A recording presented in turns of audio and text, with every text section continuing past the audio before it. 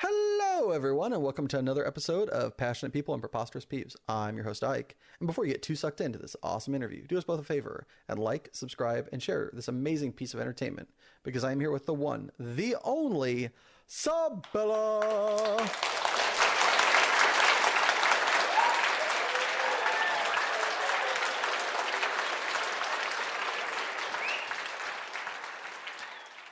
Yay! Say, how are you doing this fine day, sybELLA? I am well, thank you. So, even though you are a mom, I gotta ask, what is your favorite dad joke? Well, how can you tell when a family of flamingos has moved into the neighborhood? I don't know. By the plastic people in their yard.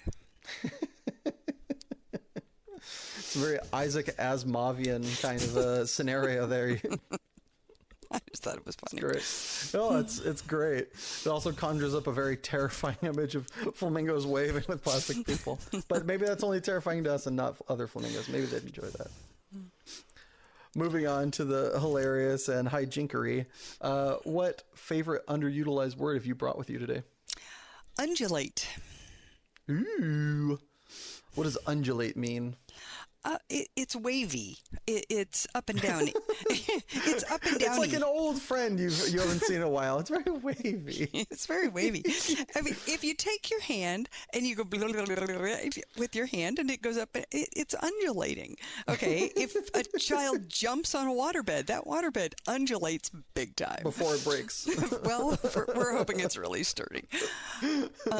When I taught kindergarten, it was one of the really fun words that I used to make sure that all the kindergartners could say because the adults wouldn't expect it. They just made it that much more fun. So you were just pranking your parents. Absolutely. That's great. Send them home with words they have to look up. Absolutely. Mm-hmm. Do you have a movie that you'll never skip when channel surfing, or if it, just falls off the shelf into your lap? Secondhand Lions is one that I really enjoy. Mm-hmm. It just, parts of it make me laugh so hard, and it's very dear, but it just has some really sweet things in it. I think one of my favorite lines comes out of that. Did you order a hooker? It's like the way he just turns and looks at his brother and says, well, did you order a hooker? Yeah, I mean, it was like, who the hell is that? I just, worse, family. I just think it's so funny. It's like, I can imagine somebody in my family looking around going, well, was it you? I don't know. What would you say is your biggest everyday temptation? Sugar. Food. Are you talking just scooping it out of the bin, or does it personify itself in a more tasty and tactile form? Cheap ice cream is probably the worst of it. Why does it have to be cheap? Why can't it be good ice cream? Because the childhood thing that it's mocking up isn't even made anymore. There used to be this thing called ice milk. It was cheaper than ice cream. And of course, when you have 5 kids and no income, that's what we had. And so there's this childhood memory thing of, cheap ice cream, particularly cheap chocolate ice cream. Found some at the store the other day, 97 cents for a half gallon. I ate that. Only gives you a little bit of cancer. What's such a deal? I ate that sumbitch in 2 settings. It was not good. You really shouldn't have this in the house. So, I would say that qualifies. Growing up, did you have a favorite book? Yes, the Little House on the Prairie series. I read all of those. They were just sweet, and it was a place to escape to. So that was fun. Yeah, I read all those, and when I matured out of those, I went on to the Dragonflight series by Anne McCaffrey and read absolutely all of those. But yeah, Little House on the Prairie was the littler one, the child ones. So. Oh, that's so beautiful. Sweet stuff. How did did you ever, because they made it into a TV show. Yeah. When you were a kid as well, correct? Yeah. I was high school. Okay. Did that still kind of hit the same notes, or was it not quite reminiscent to you? It was actually pretty decent. Now, in terms of the story, it wasn't they were making up stories for it. But in terms of the setting and the suite and the old-fashioned, yeah, it was pretty good. Nice. Yeah, they did a nice job. And the characters they set were really pretty good. So. All right, now I'm going to ask you a toughie. If you had to evacuate your house, there's a fire, there's a flood, what's the first non-living possession? I guess possession kind of makes it non-living. What's the first non-sentient possession that you would grab and rescue to safety? If we're allowed to take things that you couldn't possibly carry, I'd grab my piano. We'll go with the ridiculous, and then we'll go with the realistic. So the first one is my piano. Try to heft the 1-ton piano out the door. It's 1,200 pounds. Yes. Close enough. Actually, we lived in one place where we thought through that, well, we could push it through the sliding glass door. Yeah. If push comes to shove, we'll push it. We'll push it.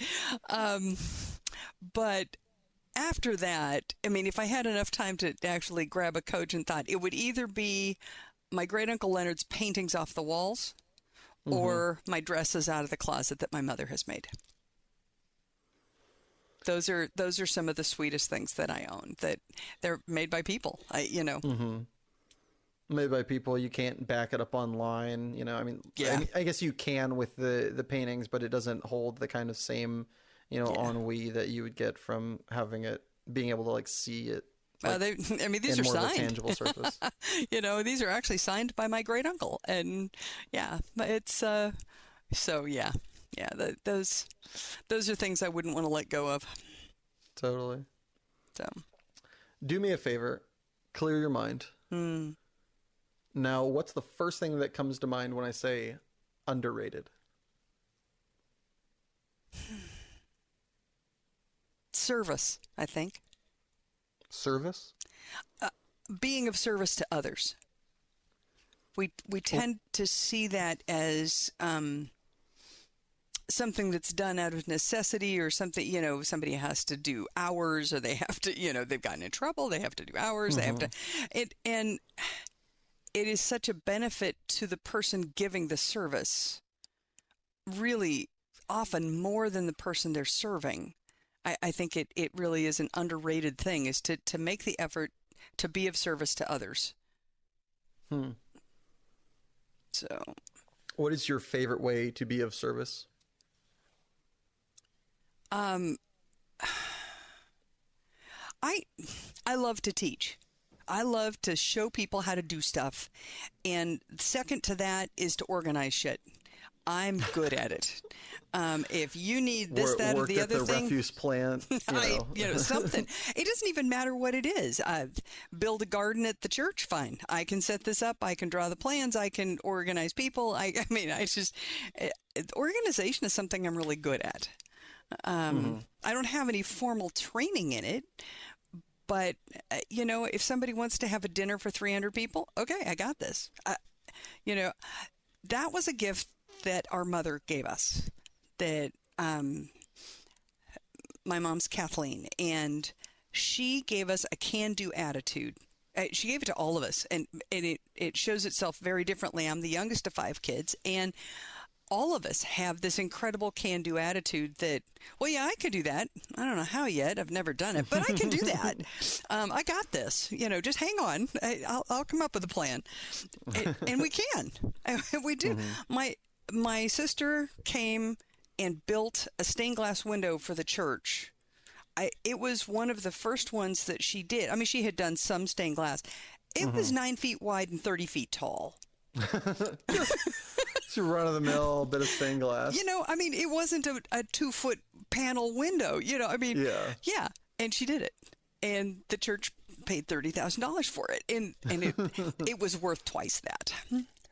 Oh, awesome. But it's that kind of, Yeah, it doesn't matter that I haven't done it before. Gary, my husband, has learned to ask, have you ever done this? Oh, that's a very different question. Don't be going there. Yeah. You said, could I, not have I? That's right. Of course I can. I'm a pope. We can do anything. Yeah. So that's the family gift. Sure we can. So, what's your favorite industry secret or term that's only used in your line of work? oh, there's some funny ones. I spent years teaching, and one of them is scaffold. People think they know what a scaffold is. Well, but you scaffold children. And that means that you offer them enough support, but you don't do it for them. And you pull away from and give them enough room so that you're there, but you're not. But, and it's, and there's a pattern to it. I do, you watch, you do, I watch, you do independently. And so it's a release of power.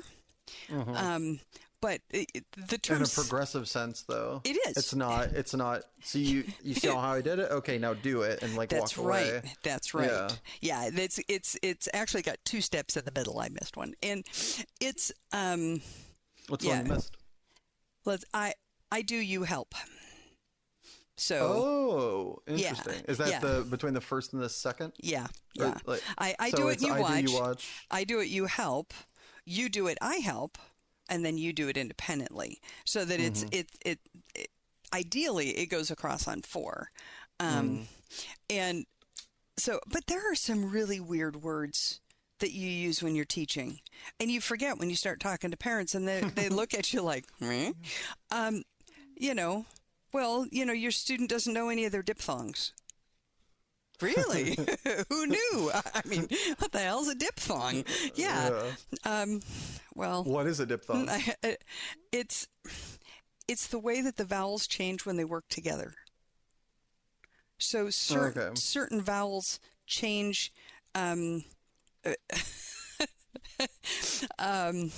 So kind of like great and great. No, like it has an ow sound to it. So OU, OY, joy. And there's blends and there's digraphs. Kindergartners need to have all their digraphs learned before first grade. Well, what the hell's a digraph? Blends are where you, like when you say BLAT, B-L-A-T. The B and the L both get pronounced B-L-at. Okay. Okay, that's a blend. You just blend the two sounds together. F-L-at, flat. Okay, you can do that. Okay, so T-A-T is T-A-T. T-H-A-T is not T-H-A-T. It's not to hat. That would be a digraph. Oh, that's so cool. TH is its own sound. It's a th, like thumb, which is the one that we use to look at your thumb. Th. And THE is not ta-ha-eh. Well, what the hell happened to that word? There's just some things you have to memorize. But the digraphs and blends, and then there's just so many weird things that when you talk about language and you're picking it apart in the little tiny pieces. Well, yeah, but real humans don't talk about the language that way. And so it's the meta-linguistical. You're thinking about language and you're talking it. Yeah. Metacognitive awareness is thinking about how you can think. That's the other one, is that nobody else does that. I mean, we don't care how you got to an answer. Once you've gotten to junior high and high school, they don't care how you get there. Just get there, But in elementary school, for the littles, they want to know how they're thinking so that they can help direct them. Interesting. Yeah. It's a little bizarre, but yeah, metacognitive thinking. Yeah, that's yeah.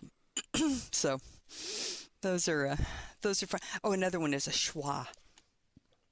That's a schwa. Schwa. That's a letter sound. For the E on the word the, that vowel sound is called a schwa. Where it's basically not there. Yeah. It's written, when you're writing the sounds out, it's written as an upside down E. It actually has its own little shape. Yeah. So I mean, cool. We all know that there's long vowels and short vowels. Most most parents have got that one. Okay. But when you start putting the vowels together, you end up with, okay, and if you have P-O-T, you're going to have P-A-T. It's going to be a short vowel.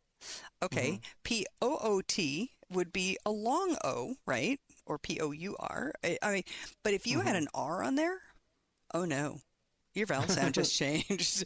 And as a kindergarten teacher, we would call that a bossy R, but it has technical language that you can. Bossy R? A bossy R, because this it tells. R's got business. It changes everybody's vowel sounds right now. When you say farm, you're no longer doing a short A or a long A. What sound is that? It's, well, it's an R, yeah. It's a bossy R. Yeah, that's right. I mean, it's silly stuff like that, but it's fun. But it is only in the language world of elementary. That's so cool. Yeah. Is there a piece of advice you've been told over the years that has made the biggest impact on you, or that you find yourself pondering even to this day? Oh, there's a couple. One of them is live above reproach. It saves you having to worry about what the hell you've done or said. You know, I mean, and it doesn't matter who you say stuff to. If it's always the same, it doesn't matter. You know, it just, and it isn't that you don't ever do anything maybe that's sketchy or that's wrong or that's, I mean, it isn't that you're perfect. It's that you don't do anything that you'd want to hide. If you're going to want to hide it, nah, don't go there. It's just not worth doing, because then you have to worry about it. Nah, that's a biggie. So that's been one. It's like, you know, somebody could come up and threaten to say, well, I can tell your husband. It's like, yeah, go ahead. It's, I mean, you know, there's, I can tell your boss. Yep. There is nothing that you can hold over me that I've done that I care about hiding. It may be a little embarrassing, but it's not going to be something that I'm going to, you know, it's not going to stop me. So how does that blend for you with having conversations about, does this like mean that you never talk about somebody when they're out of the room to somebody else about, like, you know, geez, like, are they doing okay? Or like, wow, they seem like kind of a little, or like, does that never enter into the kind of decision trees you make in your life about having conversations about other people? Not like maliciously, like not being two-faced, but like being honest with somebody else about whether to maybe trust somebody that you love but isn't maybe the most trustworthy, or something along those lines. I don't know how that would play into this. So if I wouldn't want to say that, if I wouldn't want to say it to you, I shouldn't be saying it about you. Now, I may not have the guts to say it to you. I mean, that's the truth. I may not have the guts to bring it up, but if I said it to person A, and it was about person B, and person B said, hey, I would be willing to have that conversation. I may not have had the guts to bring it up, but I wouldn't be saying it if I wasn't willing to defend it and say, you know, it's the truth. Yeah.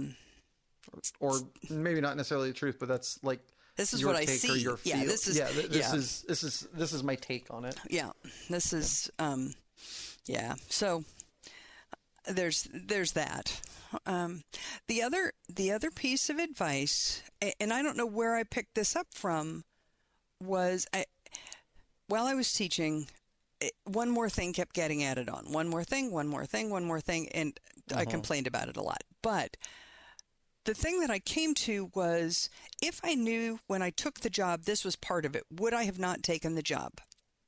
Well, yes, I still would have taken the job. Okay, so suck it up and get over it and move on. Just do it. Don't Don't spin your wheels complaining about it, trying to figure out a way out of it. Just get the damn thing done and be over with it. And, you know, and a lot of us at work, we would spin our wheels complaining about what we shouldn't have to do. And it's like, that's not a good use of time. And so that was kind of my little mantra for myself. If I knew this was part and parcel of the job when I took the job, would you have turned it down? Well, no. Okay. Therefore, I mean, come on. You know, just because you didn't know about it before, you know, duties as assigned, there's a lot of those. So that was another one that was a little freeing for me. It was like, okay, just suck it up, get going, let's move. I don't need to spin my wheels going, this isn't fair, this isn't right, it's not a good use of my time, but that's even a worse use of my time. So I can't. Have there ever been things that you've had to deal with at work that did exceed that, where, you know, this wasn't fair, was a kind of contentious, like, fighting point, or has that always been something that has allowed you to kind of like push past that? There have been things I have taken to the principal and I have said, this is not okay. And there have been times when it was, I can give you more time, but I can't get you out of it. This comes down from on high. I tried. And it felt good to me to know that the principal had tried to get us out of it. You know, that at least helped. and knowing that I could go and complain to somebody that might be able to do something was a help. She didn't mind me coming in and saying, this is, do you know how many hours this is going to take? And this is not a good use of our time. And she said, yeah, I tried. And this is coming down from way on high. This isn't even just us. Sorry. What can I do? Is there things you've come across, not necessarily in your line, but maybe your line, but also just seeing other people have to deal with where it was too much, or like where that, if for you that had come down the pipeline, that you would have either quit or, you know, picketed or stood in protest and like not done that? Is there anything like that you've seen in your line of work where that was like, that have been breaking points? I did it a different way. I would have made them fire me. Okay, so you would have done not that, but every other part of your job. Right. I mean, and there were a couple of things I just didn't do. Somebody told me about, you know, they will not fire you for this. It's like, oh, good to know. Just checking. I was of the 4 women that were teaching kindergarten in my little cubby at the last school that I was at. I was the only one that it would not have devastating circumstances if I lost my job. My spouse had a full-time job with health benefits. Nobody else had that support. They were all the major breadwinners in their families. Some of them were partnered, some of them were not, but they were the major breadwinners, and they all had children at home. Okay, they can't risk losing their job. So I was the one that could go to bat for them because I could afford to get fired. Now, what I knew, having been teaching long enough, is that my students test well, and that they'd have to have some really hard evidence to get rid of me. Because my kids present well, they test well, and the parents like me by the end of the year. Beginning of the year, they're a little terrified, but by the end of the year, they're on board, and they're pretty darn happy with where their kids have gotten to, which is cool. And it's not because I'm mean, but I am not particularly conventional. And my principals were okay with it, and they'd kind of turn a blind eye because my kids tested well. Because they could learn. What I was working on was teaching them to think, not teaching them to test. And it's a different skill, but it works in testing. As long as you get the results, it's hard for the suits to be. That's right. To get sassy. That's right. And knowing that I could stand up for, and I could go to bat for us, and nobody else could. So they appreciated that. It didn't always change things, but at least I could try. Actually, it often didn't change things, let me be honest. But, The system is the system is the system. Yeah, it is. You just got to learn how to take care of yourself and do what you can. So, Given the opportunity, what is your favorite personal anecdote to tell? well, I was teaching first grade, and this one boy had been homeschooled. He was the oldest of 5 kids. Think that one through. And he had been homeschooled for kindergarten on the computer. And this was his first introduction to public school. It was an intact family. And Intact? Both parents. There were 2 parents in the home. Okay, so no divorce, no remarrying. That's right. That Okay. this was, there weren't any of those problems to go with. Okay. After about 2 weeks, I hauled in the speech therapist and I said, "Watch this kid." We agreed. This boy's autistic. And it took about half the year, but we got him qualified so that he could get some services, which was helpful to him because as an autistic child that's verbal, which is great, he needs to learn interpersonal skills. He does not have any. He doesn't understand that when he leans over and grabs a child's arm and pulls on the skin to see what it feels like, it hurts. So it's snowing outside, as it will in Nevada, and the kids got to go outside and play, which is a rare treat in the snow, and bundled up, off they go. We get a break. Awesome. The kids come in, and they come in whispering, and it's like, what? And one of the brave little girls comes up to me and says, "So-and-so said the F word." It's like, come here, you. And did you say the F word? Well, yes, it's fucking cold outside.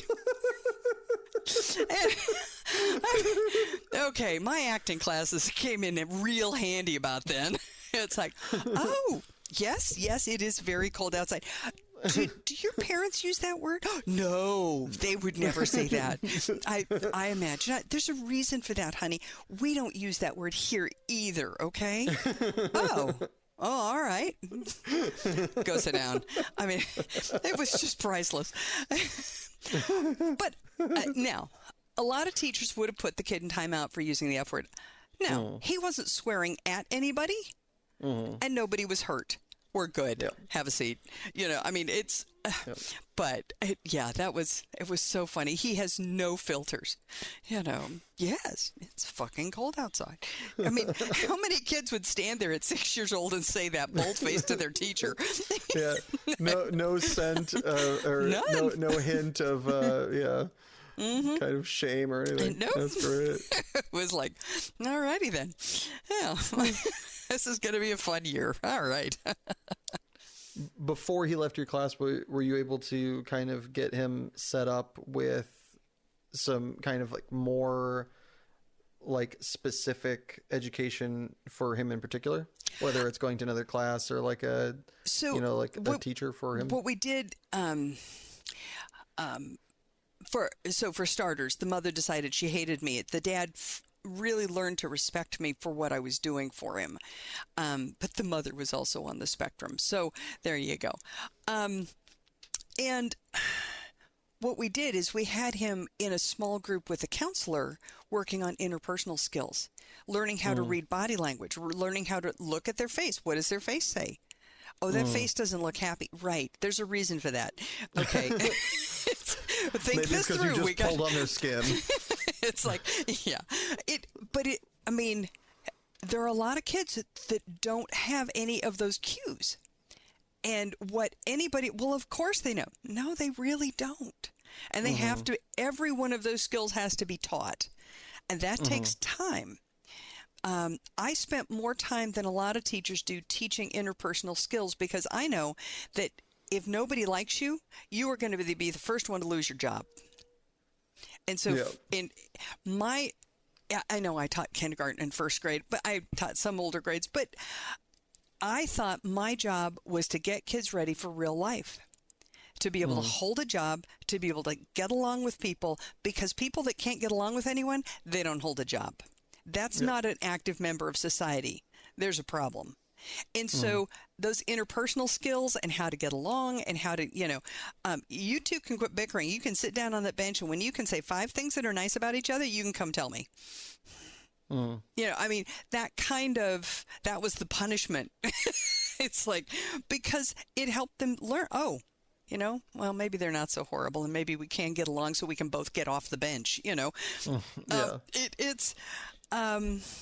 But yeah, kids that I wanted them, and I read them stories about things out of the newspaper. Somebody got mad because their dog shit in the neighbor's yard, and somebody picked up a shovel, and the other guy picked up a gun and shot him. And I said, you've got somebody going to jail because they couldn't control their anger. I said, I get angry. We're not going to do, well, I lost my temper and so I hit him. That's what that becomes when you're an adult. I said, it's not allowed at school because when you're an adult, it's illegal.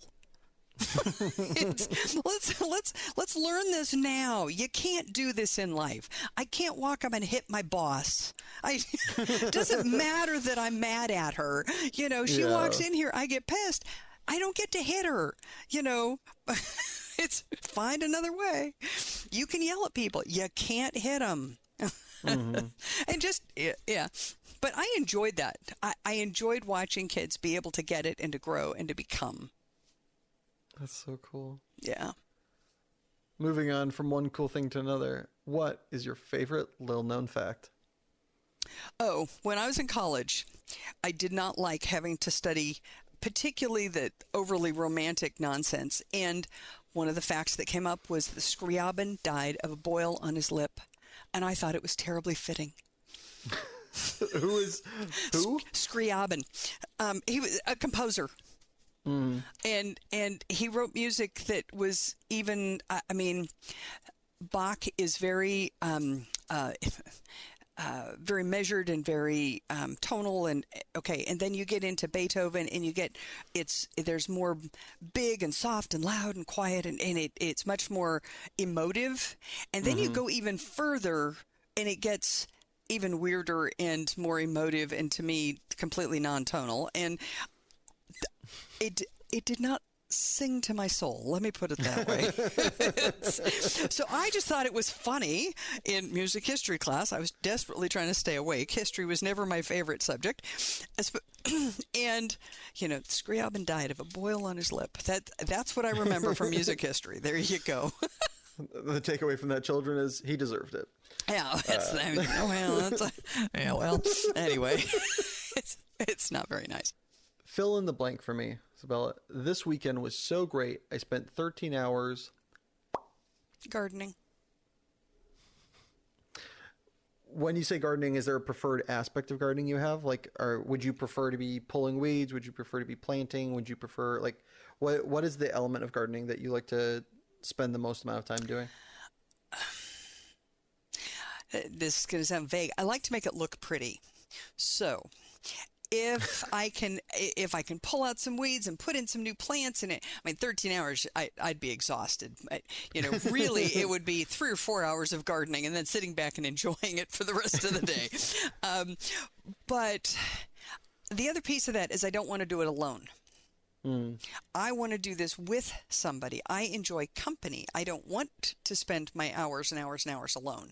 So if I had somebody to do it with, I would love to spend, the day puttering around, teaching them all about stuff in the garden, and here, let's plant this. And, I don't mind being down on my knees doing the weeding while I have you to chat with, but just, I really much prefer, and it's true with almost all my art. I like to do it with somebody, not alone. So you'd like to spend 13 hours gardening with children's, it sounds like.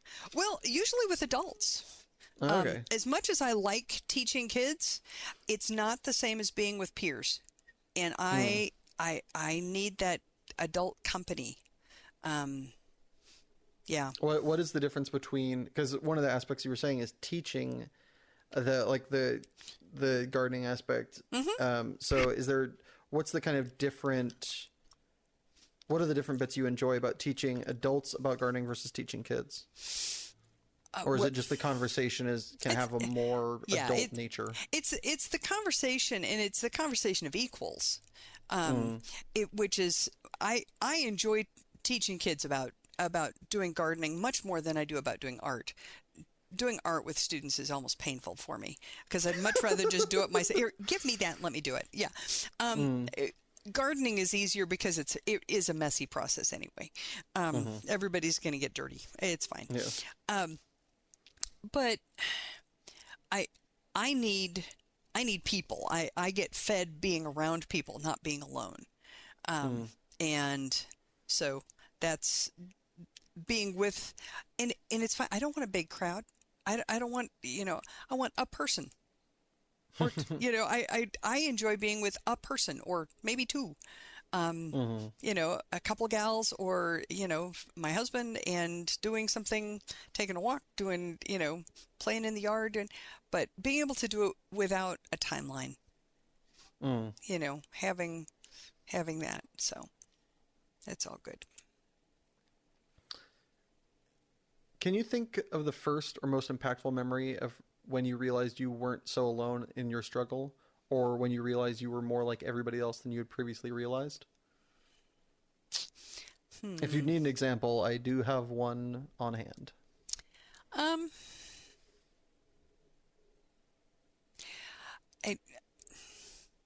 Gary and I had not been married too terribly long, and I fell into a depressive funk. And one of the gals in the church recognized it for what it was, which was not anger, but depression. And she took Gary aside and said she needs to get to counseling. And when I got into counseling at that point, things began to make a little more sense. And learning that I wasn't, there were a lot of people that were. Yep. Yeah. And just. You weren't some crazy person. You weren't, right. There wasn't something wrong with you, or you weren't weird. Yeah. Well, I don't know about that, but yeah. We don't want to go too far with this. But yeah, and that was, and I could tell you what she told me for $40 an hour for probably the better part of 2 years, it seemed like. So, and it was just, learning how to take care of myself. I had to learn how to take care of me, and that was hard. Yeah. For people that are worried she got away with such a steal, this would have been $40 an hour in 1984 money. Yeah. So, yeah. So do a little bit of math with the internet there and see that wasn't exactly the cheapest. Yeah. It sounds like, because everybody hearing this going $40 an hour, sign me up. Yeah. For counseling. Are you kidding? Yeah, exactly. Yeah. It's been a minute. I like that. But a very worthwhile minute. Yeah. Yeah. We've been married 40 years. Who knew? It's one of the things that's gotten harder is that we have less and less peers that have stayed married over a long haul, and for a variety of reasons. And I don't feel like everybody that's gotten divorced shouldn't have. That's not. But it used to be more common that people stuck it out. And I think that there are a lot of people that are encouraged to ditch it because you're not happy right now. Okay, if I'm on a trip for 50 days, I may have a down day. If I plan to be married for 50 years, I may have a down year. I have to expect that not all of it's going to be sweetness and light and chipper, and that some of it is just a slog through. Hang on. It's going to be bumpy. But it's that the more I invest in it, the more it's worth. So that's, but yeah, learning how to take care of myself and be in a relationship, because you've got to be giving if you're in a relationship, and how to manage that. It's a balancing act for everybody. So. Thank you for sharing that.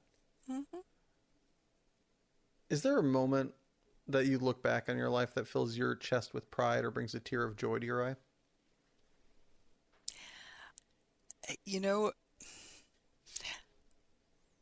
birthing my sons is probably, and I didn't say a tear of pain.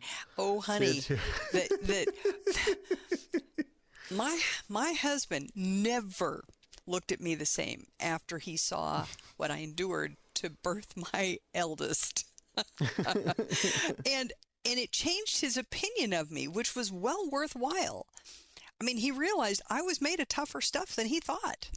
You know, and yeah, I was proud of that. That wasn't an easy journey. It was a good journey. It wasn't an easy journey, and I made it, and so did you. And for those of you that aren't aware, this is my mother. But that's yeah. You know, being at high school graduation for both the boys, that also really meant something to me.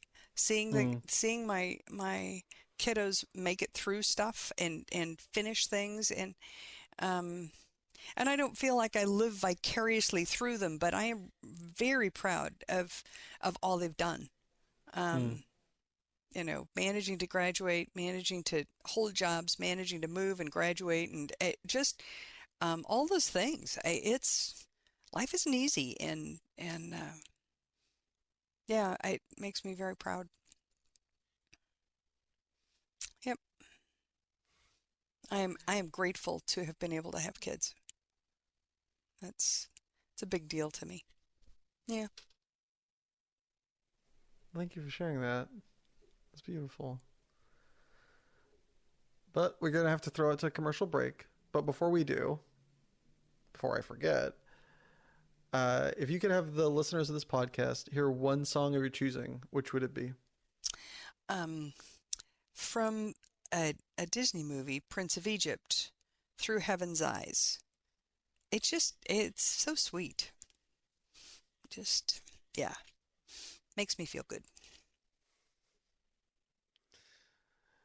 All right, and with that, we're going to throw it to our first break. Feel free to stick around and enjoy this totally real commercial, or take a minute to enjoy Through Heaven's Eyes on the Prince of Egypt soundtrack.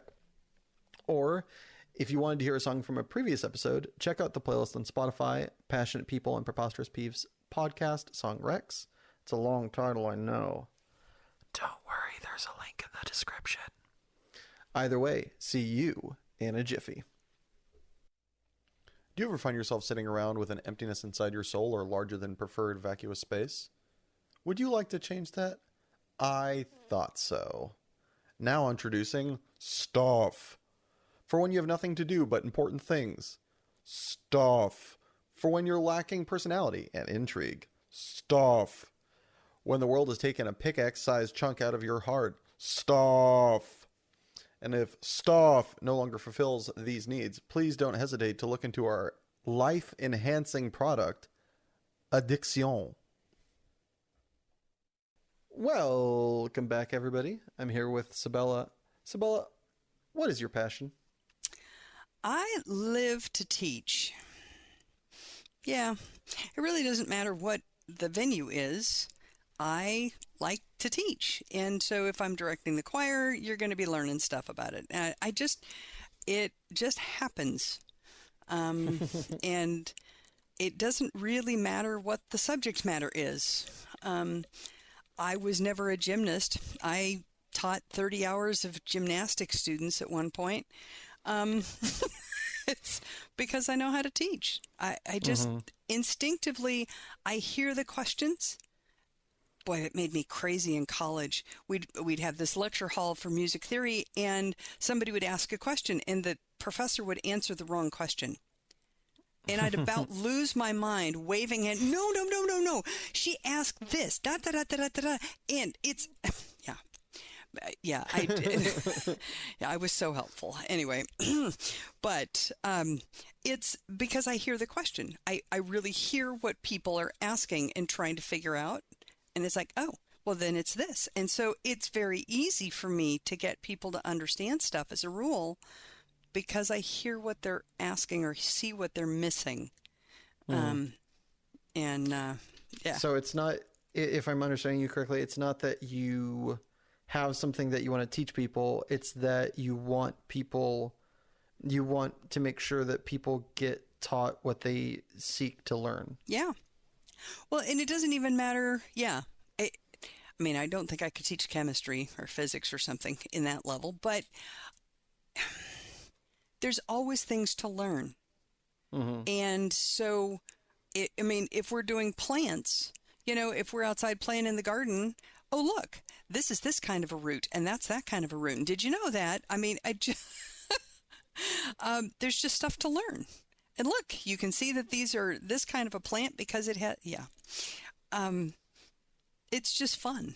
And I just really enjoy sharing knowledge, but I like helping people learn.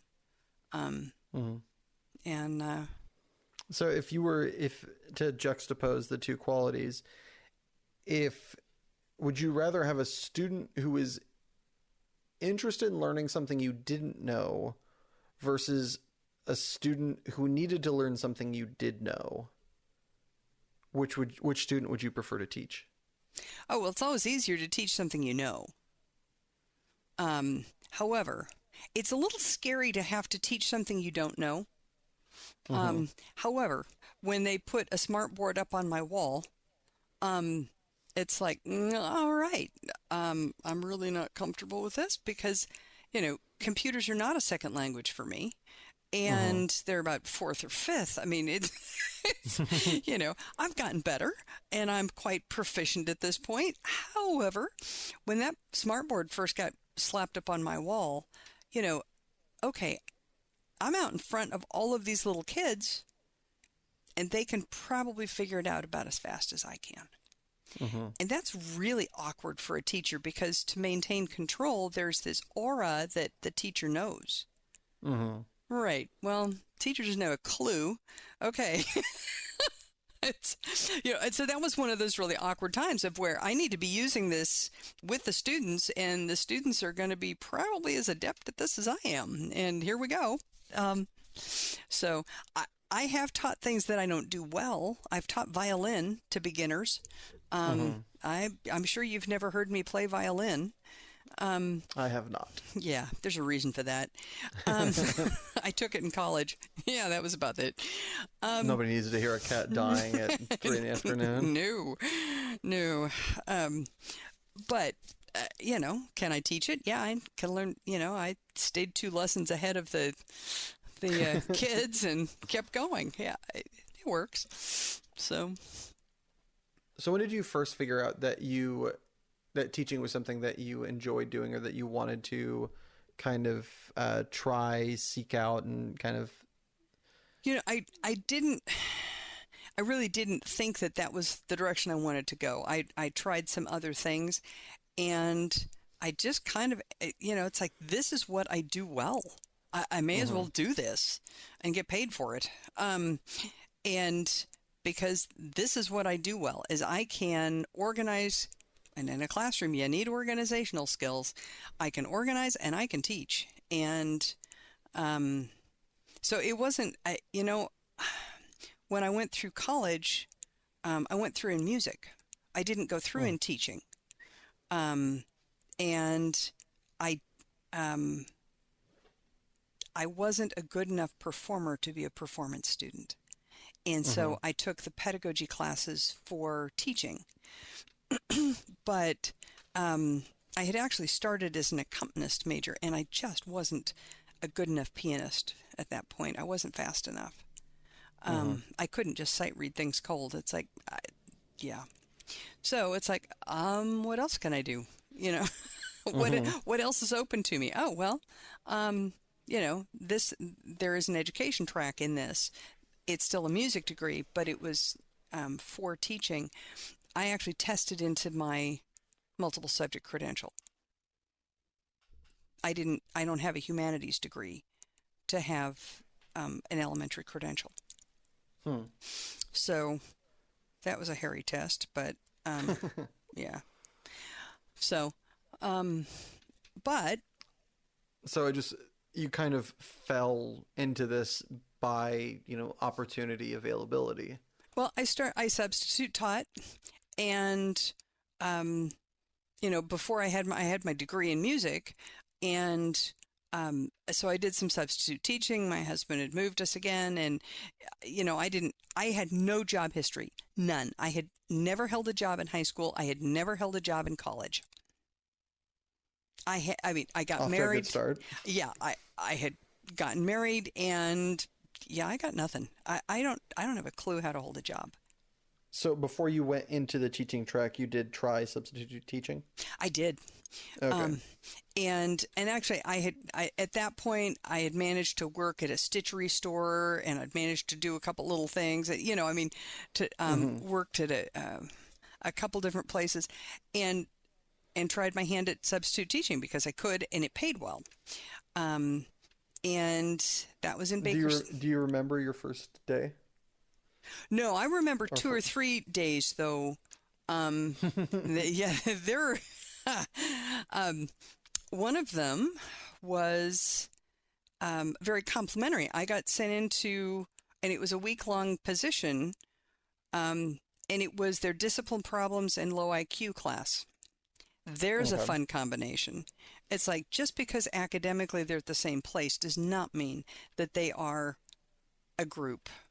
That was just, it was like somebody had their head up their ass to put those two groups together. Yeah, academically they're at the same place, but they may as well kill each other. But I did that class just fine because I innately have really good discipline. And the principal came and said, "So how soon are you available for hire?" And I said, I don't have my credentials. And he was very annoyed. And it was just very complimentary to me. It's like, oh, cool. Somebody wants me. That was nice, and the other one, and I don't remember what town it was in. It was probably a Bakersfield though. Is that so? In this classroom, there's a big green chalkboard behind the teacher's desk, quite a ways. There was a lot of space behind the teacher's desk, and the students' desks were all in front of you, facing the board. Okay. And I mean, kids are coming in, and this is junior high, I want to guess. And I'm fussing with stuff, trying to look what the assignment is or whatever. I don't even remember what but yeah, these were old enough kids. It has to have been at least junior high.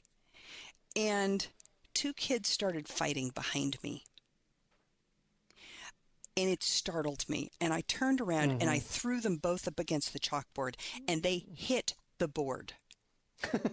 And the entire room sank to their chairs, and it got real quiet. And it was like, my mind went, maybe shouldn't have done that. What an interesting thing. Well, okay, moving forward.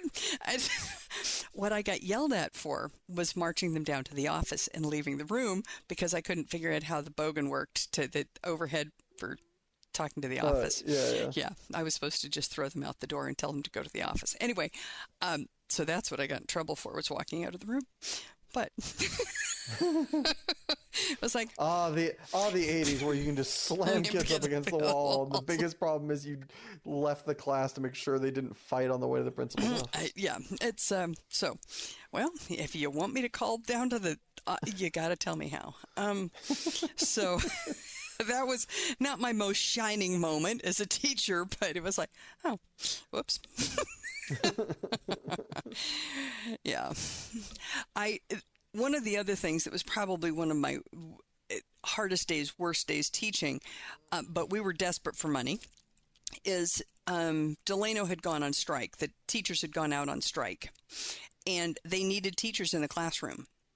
And I walked across a picket line. I don't know that I would do that at this point, but we were that poor.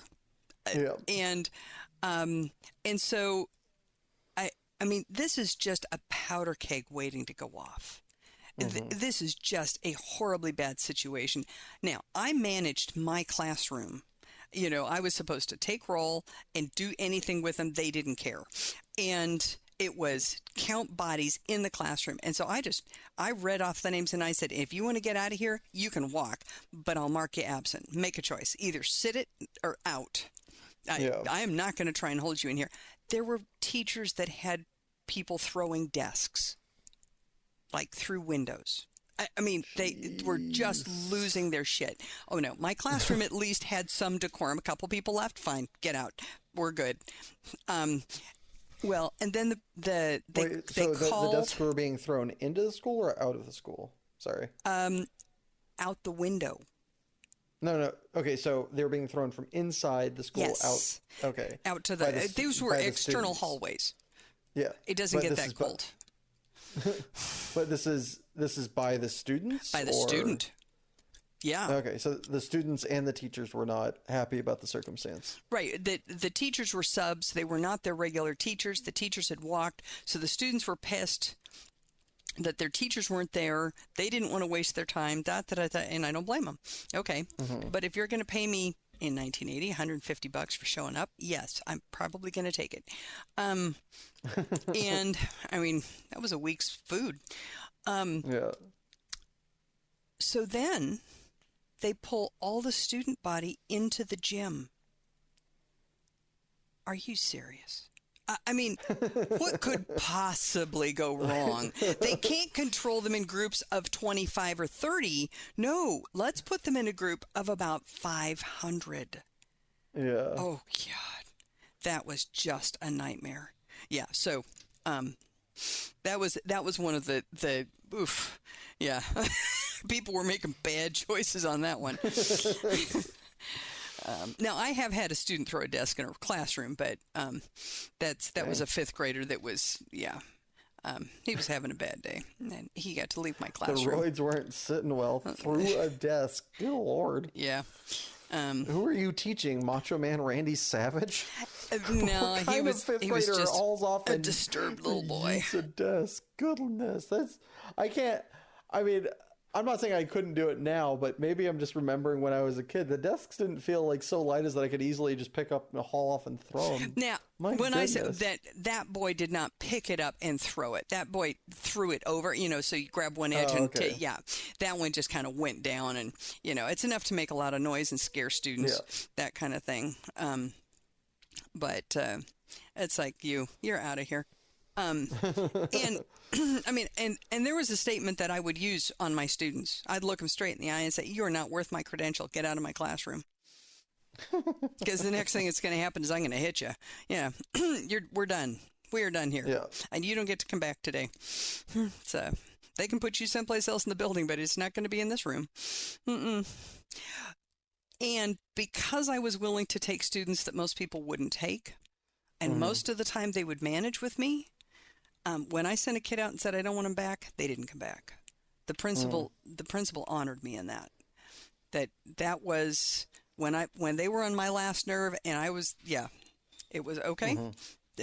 You don't have to take them back. We're good. We are done.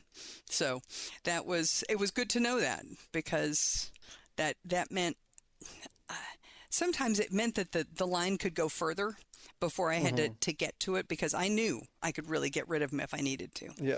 So that was knowing your power ceiling and like where you're able to go. Very important. Yeah. Yep. And it's interesting. Those boys are one of them. Had came back when he was in 8th grade and looked me up and said, I've made it through 8th grade. I'm on to high school. And just because he knew I cared. He knew I stood up to him. He knew that and it just, that kind of thing means a lot to me. So, the ones that were the most work and a lot of trouble, a couple of them have managed to see me and talk to me. And, oh, that's sweet. Yeah. Yeah. Do I have time for another story? Sure. My first full-time teaching job, not substituting, although it was kind of labeled as a substitute job.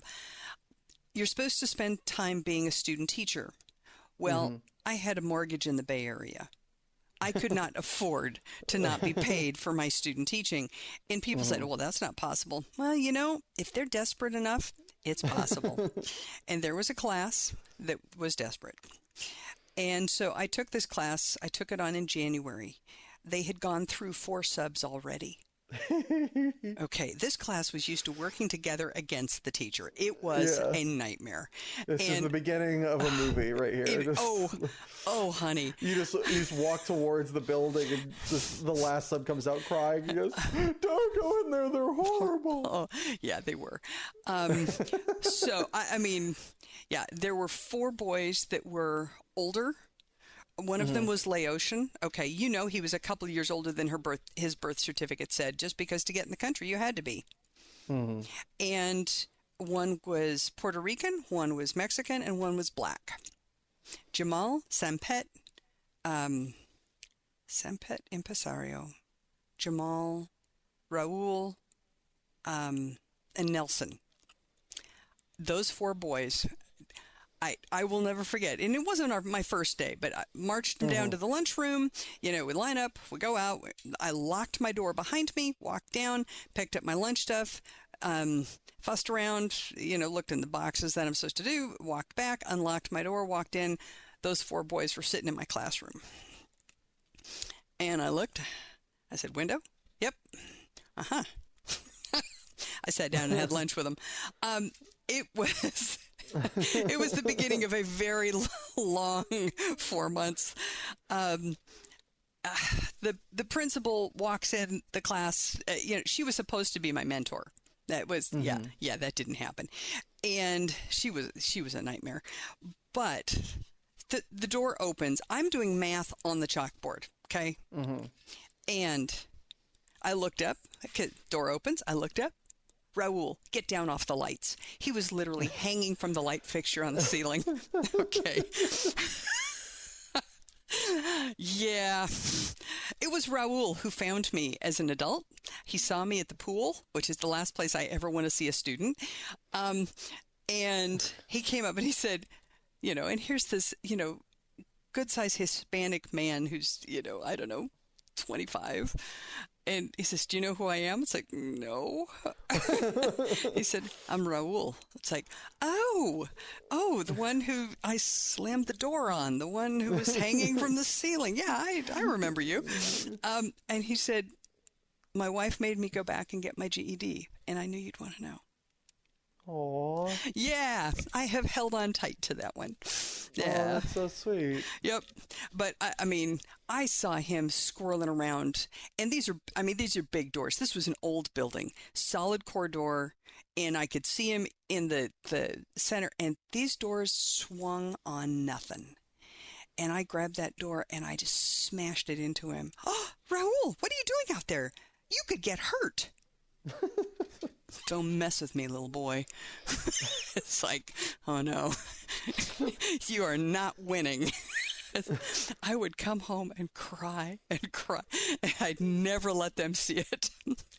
It's like, oh my God, it was the hardest job I ever did. It was the first full-time job I had, but it was teaching, and it was the hardest job I've ever had. Holy smokes. Yeah. All right. So even though these stories are hilarious, is it fair to say that moving forward, teaching recommendation wise, you wouldn't recommend violence against children? Is that a fair thing to say?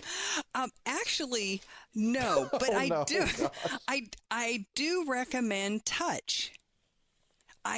Because a lot of people are taught, don't ever touch the student. No, I highly recommend touching a student, and not roughly. In certain appropriate ways. Right. I will grab a kindergarten by the shoulders and pick them up and stand them up and say, "And no, you are not going to do that, and you may not kick me. Thank you."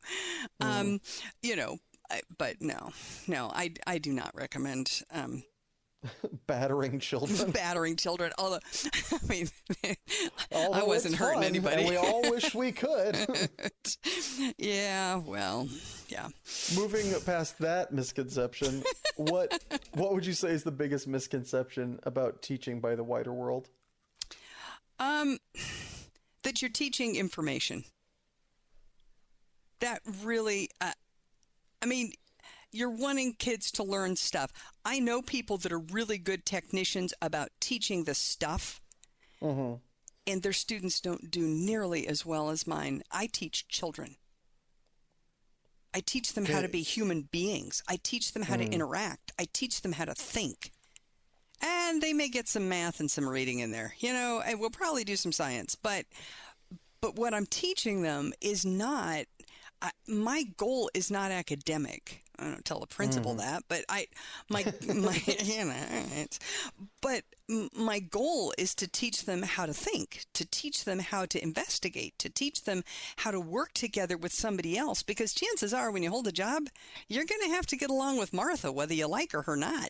You got to figure out how to work together so that you can discover something. And learning how to discover stuff, that's cool.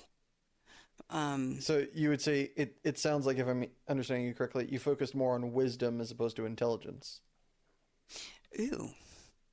And that, like, it's wisdom that lets you know that, hey, you live, you're working in, a small, effectively like a small household. When you are at like a small, if you're working in a restaurant, effectively those are your brothers and sisters that you're working with. Right. Dad is the boss, or something along those lines. And so it's wise to get along with your brothers and sisters so that they want to stick around, so that your work day is easier, and so that if people ask, if dad asks, like, hey, is this guy, and they think highly of you and they recommend, they say nice things about you, so he doesn't ever think about firing you. Right. As opposed to intelligence, which is, these are the hours you show up and you do your job exactly. And it doesn't matter if, you're cold to somebody else, because it turns out that actually, so much of our lives are about interaction and not necessarily making other people happy, but not being an asshole. Right. Yeah. And learning how to get along, learning how to read other people, learning how to do that. I wouldn't think of it as wisdom and intelligence. I'd think of it as interpersonal as opposed to book knowledge. Learning how to manipulate information is interesting, but really learning how to discover stuff is cool. That's the fun one. Showing little kids how to read and having them start to get it. Oh, that is just so much fun, because a whole new world opens up to them. And it doesn't have to be painful. It doesn't have to be laborious. But unfortunately for a lot of teachers it is. So, yeah. But, yeah. What non-obvious aspect would you like to explain about teaching, given the opportunity? That there is more mindless paperwork than you can ever imagine. Holy crap. Yeah, people don't realize, I mean, they say, oh, you get the summers off. No, we have to do training during the summer. And we do, there's a lot of flexibility in the summer, and you can put off training and you can do it during the school year at night instead. Well, there's a nightmare. But you put a full year's worth of work in over those 9 months of school. Now, high school teachers will tell you their job is much easier than elementary school teachers. No question. Yeah. And you can prep better for it, and it can last, you can reuse it because they're teaching content. However, the teachers that do it best also do interpersonal well. So that they make the kids act out the War of 1812 instead of just read about it. I don't know. But I had the kids acting out Atticus, the start of the Revolutionary War. That was fun. The principal was watching. She said, where did you come up with that? I don't know. Just kind of did. Nope, you got shackles on. You can't walk that way. Here's a bunch of rulers. You guys have guns. I handed out yardsticks. Here, you guys have rifles, and you guys don't. Now, how does this feel? But think about how it feels. It was just fun. The thing that killed me teaching fifth grade was not the students, was not the discipline. It was the correcting. It was just, there was just so much of it. What do you mean correcting? Correcting the paperwork. They need to learn to write. To do that, they have to write, which means somebody has to look at it. And I'm not fast. I am not a fast reader and corrector. It's really hard for me. And so that, correcting math isn't nearly as painful, but correcting the language stuff, it was, I'd want to do a decent job. And boy, that was just hours. That was hard. Yeah. So it got better. Yeah, you get better at things, but. Well, moving on from things that got better to things that are just worse. What is your preposterous peeve? If I'm walking down the street, the only thing that I'm going to see in people's yards is what isn't watered enough. It's like, why don't they don't they see that their tree is dying? I mean, it's in front of their house. How can they miss the fact that this poor tree is crawling out for water, and it's on death's doorstep because nobody will turn the hose on? It just makes me crazy. I feel like I'm the only one that sees it. My poor husband hears this all the time. It's like, look, we're walking down the street, and it's like, it's like, he needs to water this. It's walk past the door, honey. They don't care. He calls me the Lorax. Yeah, well, what do you do? So yeah, I guess that. Just gonna for your next birthday, we're just gonna buy you a fire truck and just go around and water everything for them. Aggressively water all of the neighbors' trees. That'd be perfect. Yeah. When did you first notice that being an issue? Because you've been a lover of plants. When did you? I guess let's rewind this a little bit. When did you first fall in love with gardening and plants and trees and all green, growy things? When you were 2, because you wanted to be outside, and I can't sit still to save my life. Teaching is a good job for that. I make a lousy student, by the way. I'm a really good teacher because I'm always moving. I hate sitting still. I couldn't just sit there and watch you play outside. So I started digging around the dirt. I can pull up a few weeds. I can bought some bulbs and put them in, and I bought a couple plants. This is kind of fun. It really was when you were little. I started gardening for the first time. So you started gardening. This would have been 32 years ago. When did you first start noticing that? Like, when did your gardening kind of expertise lead to this irksome, reaction? It was probably when we lived out in Fallon. So the place that gets 3 inches of precipitation a year. 5? It gets 5. Oh, my apologies. 5 inches. Rain, sleet, snow, 5 inches in 365 days. I know. And there's a booming farming community. Yeah. I started noticing that the trees were in trouble. The big poplars. And the cottonwood trees, and it's like, Gary, the cottonwood tree. No, they're fine. It's just Gary, the cottonwood trees. They're in trouble. Sure enough, in the next couple of years, we lost all of the 20-year-old trees. A canker had come through and killed them all. And a canker? It's a bug. Oh, okay. And what happened, because it didn't affect the really old trees, it was interesting. It is that there had been a really hard winter, and so the younger trees had gotten damaged, and this bug could get in, and it took it a few years, but it killed them, and all those trees got pulled down, and it was like, oh. But I could see it while they were going, and I started just really feeling for the trees. It's like, nobody else seems to notice you. I'm sorry. Your little orange mustachioed self came bursting forth. It did. But that's the first time I really remember. It's like, the trees. There's something wrong with the trees. So yeah, there you are.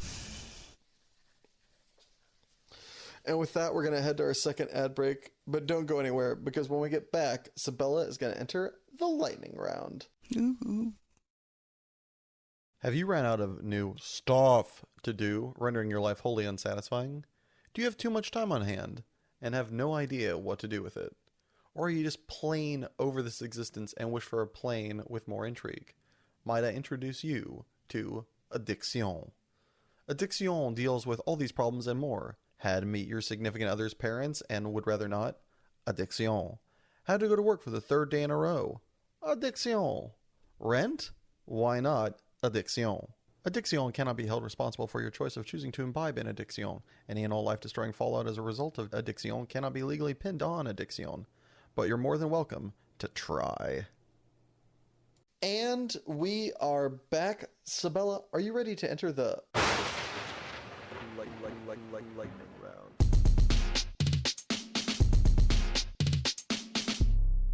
Lightning round? Sure. All right, put however much time it takes to bake this cookie on the clock. sybELLA, is there a god? Yes. Shakira's voice in Danny DeVito's body, or Danny DeVito's voice in Shakira's body? Shakira's voice. You're having the best day of your life. What happens next? Another amazing thing or something terrible? Something good. Are hot dogs sandwiches? No. Pineapple and pizza or fist fight? Sure. Pineapple's good. If you had the power to see the future but couldn't change it, would you use it? Yes. Kill the spider or get an adult? Kill the spider. Is there a price for you to give up your passion forever? You could pay me, but I couldn't do it. It's fine. Did you ever cheat on a test in school? Probably.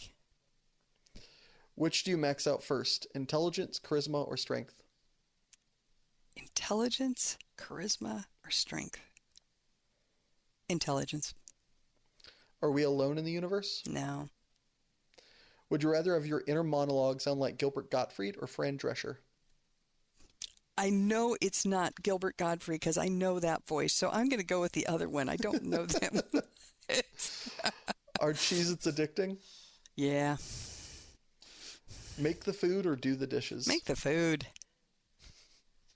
Do you create your own thoughts or do you just listen to them? I just listen to them.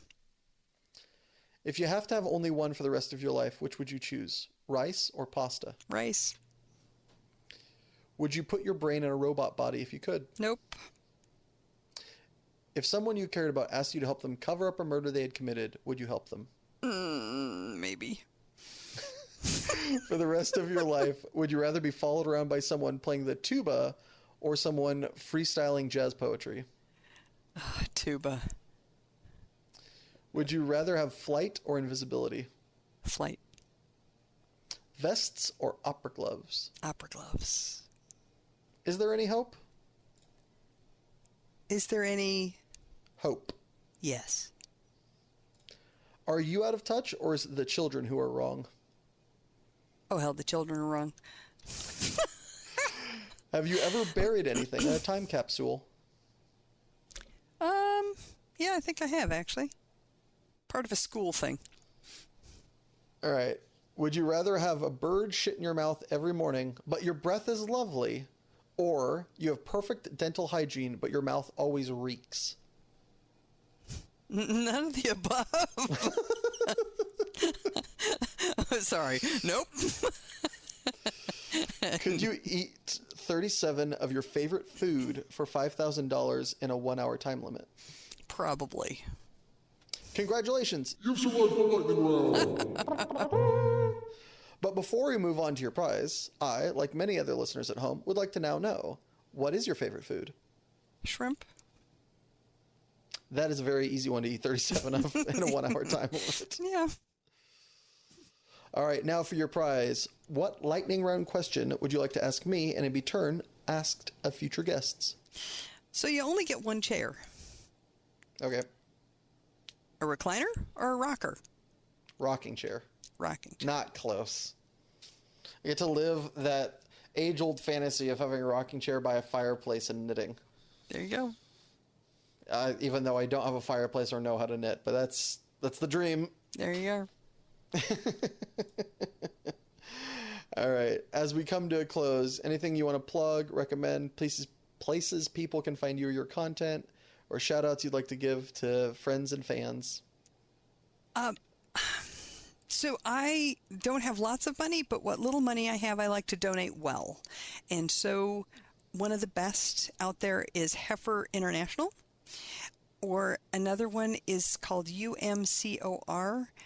And the thing that's really cool about that is it gets money to places like Ukraine right now, or like where the latest hurricane has hit. But every dollar that you donate actually goes to people. It doesn't go to the overhead or to fundraising or to any of that, which is really rare. So I would plug those two. I just, Awesome. yeah, I think they're pretty amazing. I try to give money to places that really make a difference. There's Avaaz, AVAAZ, and Southern Poverty Law does amazing work in the South. And there's Empower, which is a Muslim group, which is also very good.